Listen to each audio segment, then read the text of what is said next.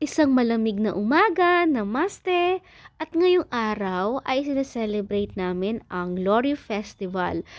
Kadalasan sineselebrate ito ng mga taga North India at Punjabi.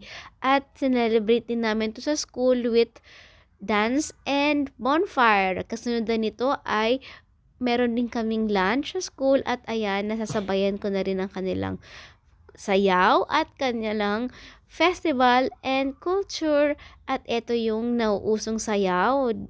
At pagdating naman sa bahay, kinagabihan, hindi na kami nakalabas kasi sobrang lamig.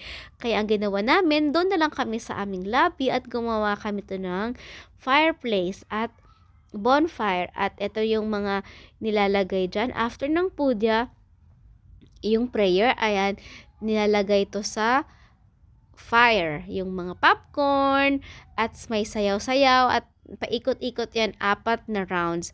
Lori is a popular harvest festival for the farmers and this is the end of winter.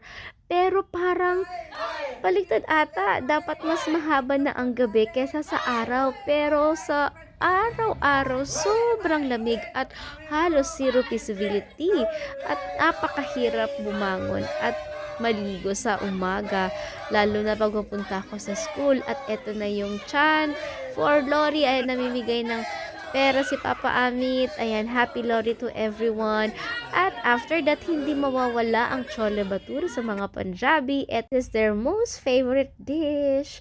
At after that, tuloy uli ang sayawan ng magkapatid. Showdown na ng magkapatid. Halos parang twin brothers and sisters sila. At eto na yung family couple dance.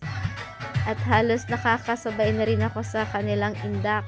Pero hindi pa din. Nandun pa rin na yung pagkakamalumanay ng pagka-Pilipino nating indak. Lalo na sa part namin, ang pantomina. Eto, wala talaga ako minsan lagi sa tono. Hindi lang minsan, lagi pa din.